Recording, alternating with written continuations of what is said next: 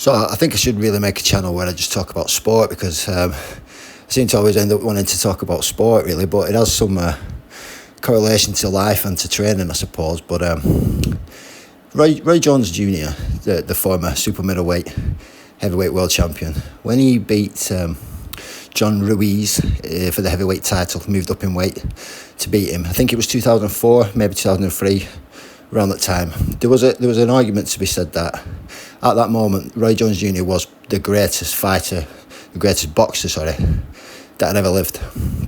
Maybe not the greatest, like obviously Muhammad Ali, Jack Johnson, people like that transcended the sport, but in terms of pure ability, talent, it could have been said that Roy Jones Jr. was the greatest. He looked completely invincible, unstoppable, unbeatable. Now, after he beat John Ruiz, he moved back down to light heavyweight and he fought Antonio Torva.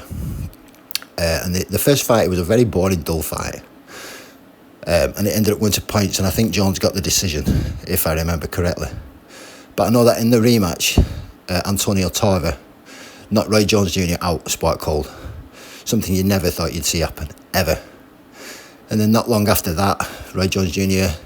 ended up getting knocked out by a guy called Glencoff Johnson. Now, no disrespect at all to Glencoff Johnson, but he was an average fighter at best.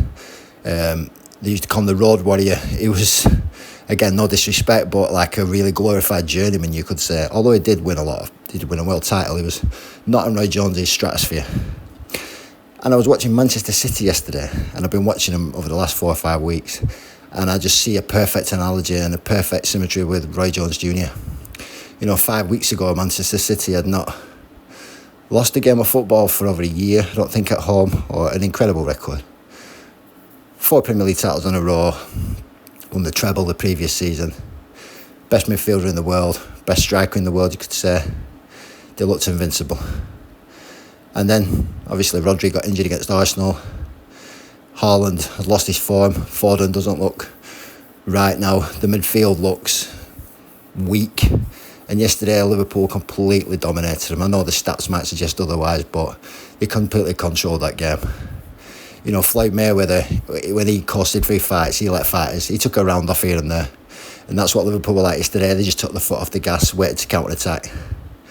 And it was amazing. It's amazing to see Manchester City now struggling. And they look like a team struggling to get in the Europa League at the minute. There's no legs, they've no talent in midfield. Gundogan looks about 40 years old. Haaland, I know Roy Keane called him a League Two player, tongue-in-cheek a few months ago, but he's almost looking like that at the minute. There's no confidence. You look at the defenders, Liverpool have Van Dijk and Konate. Arsenal have Saliba and Gabriel. They have Ake and Akanji. Ruben Diaz, I think we're all blinded by these cloaks of invincibility, these myths that are built around teams and people. And then when you really look through it, it's not there. Manchester City, if you look at them, they're there to get at. But they've just gone old overnight. And that's what happened to Roy Jones Jr. 1 minute, you're invincible. You're on top of the world. No one can touch you. Then almost overnight, you're nothing. Nothing at all. And it's just crazy to see. And maybe there's some analogies to that, to life, to training. It's I feel fantastic coming in here training, deadlifting every day. I feel strong, I feel fit. I wouldn't say I feel invincible, but, I feel very in great shape. But who knows, you might wake up tomorrow and you just don't feel it anymore. It's not there anymore.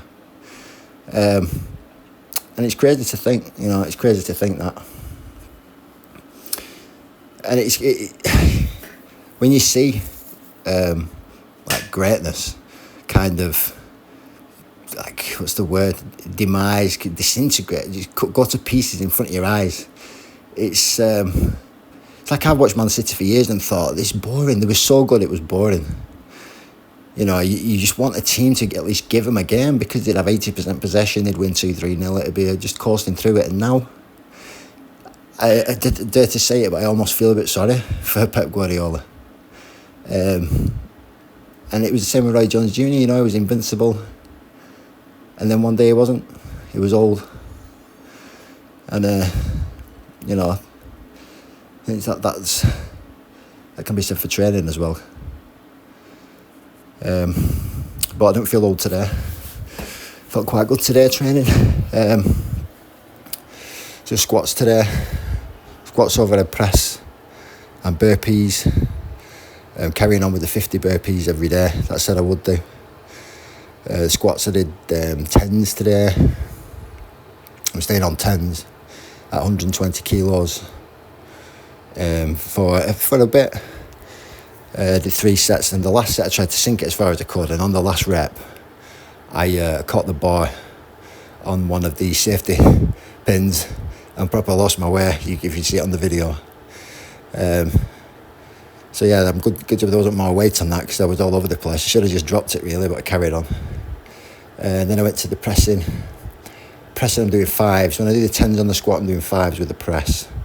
So I did 65 kilo. That's what I've been on last week as well.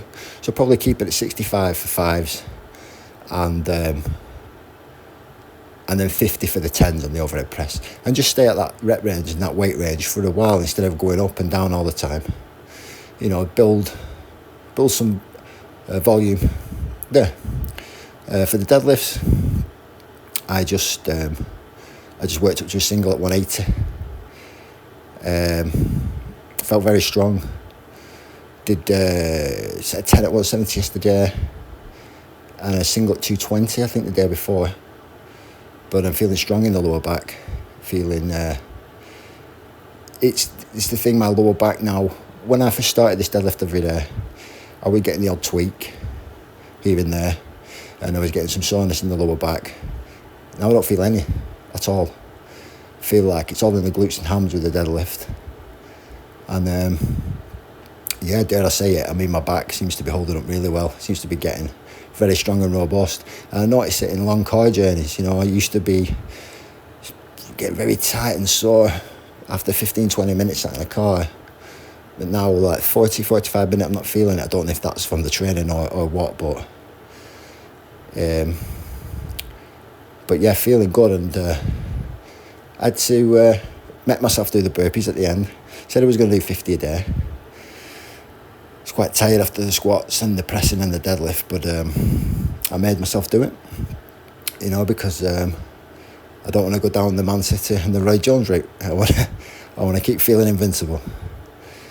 So I did a set of 10, which I filmed, and then I did another set of 10, rest, another set of 10, and then I just finished off with a final set of 20 to get the 50. So a good long session. I waffled on a bit today about non-training stuff, but never mind. Good session.